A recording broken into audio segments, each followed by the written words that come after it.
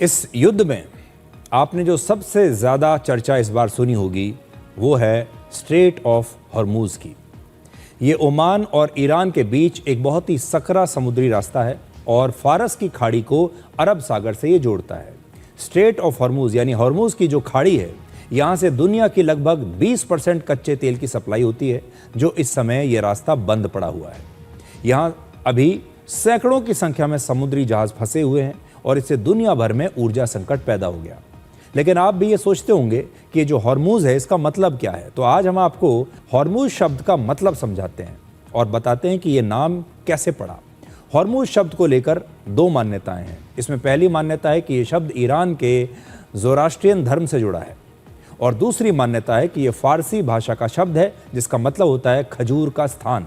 Iran एक मुस्लिम देश है जहां 99% लोग इस्लाम का पालन करते हैं, लेकिन आज से 1200 वर्ष पहले तक फारसी लोग ज़ोरास्ट्रियन धर्म का पालन करते थे और इस धर्म के सबसे बड़े देवता का जो नाम था वो था अहरा माज़दा। मध्यकालीन फारसी में अहरा माज़दा का उच्चारण कई तरह से होता था। इसके अलग अलग उच्चारण हैं, जैसे इसका एक उच्चारण है हॉर्मज़द या हॉर्मोज। इस तरह से हॉर्मूज का नाम इस्तेमाल होना शुरू हुआ और कई इतिहासकारों का कहना है कि हॉर्मूज जो नाम है ये फारसी भाषा हॉरमोग से बना है।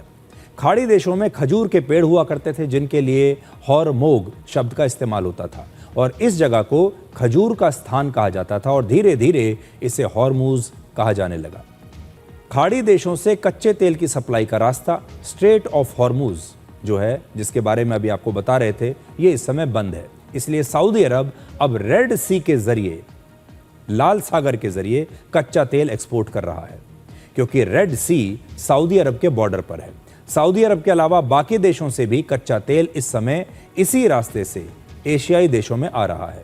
रेड सी का ये रास्ता एक तरफ सुएज कैनाल से जुड़ता है तो दूसरी तरफ हिंद महासागर से जुड़ा है, यानी सुएज कैनाल के जरिए यूरोप जा सकते हैं और हिंद महासागर के जरिए एशियाई देशों तक पहुंचा जा सकता है। अब सवाल यह है कि जब स्ट्रेट ऑफ हॉर्मूज बंद हो चुका है तो रेड सी के जरिए दुनिया भर में कच्चे तेल का एक्सपोर्ट क्यों नहीं बढ़ाया जा रहा?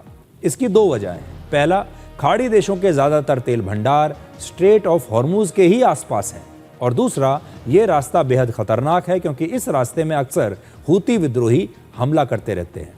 हूती विद्रोही ईरान के समर्थक हैं और यमन के एक हिस्से पर उनका कब्जा है। ऐसे में इस रास्ते से कच्चे तेल की सप्लाई बढ़ाना बहुत जोखिम से भरा हुआ है। वर्ष 2024 में रेड सी से गुजरने वाले कार्गो शिप्स पर हूती विद्रोहियों ने 150 से ज़्यादा हमले किए थे और स्ट्रेट ऑफ हॉर्मूज की तरह अगर आने वाले दिनों में रेड सी का ये रास्ता बंद होता है तब दुनिया में ऊर्जा सप्लाई का संकट और गहरा हो सकता है। और हम ये इसलिए कह रहे हैं कि आप मानचित्र पर ये देख पाएंगे, लाल सागर यूरोप और एशिया की दूरी को 7,000 से 9,000 किलोमीटर तक कम कर देता है। अगर यमन के पास स्ट्रेट ऑफ बबल मंदेब बंद हो जाता है तो यूरोप और पश्चिमी एशिया से हिंद महासागर में जहाज़ों को आने के लिए अफ्रीका का पूरा चक्कर लगाना होगा और ऐसे में इन जहाज़ों को the Cape of Good Hope के जरिए गुजरना होगा। इसकी वजह से समय और खर्च दोनों बढ़ जाएंगे और इस समय दुनिया का 15% समुद्री व्यापार इसी रास्ते से होता है।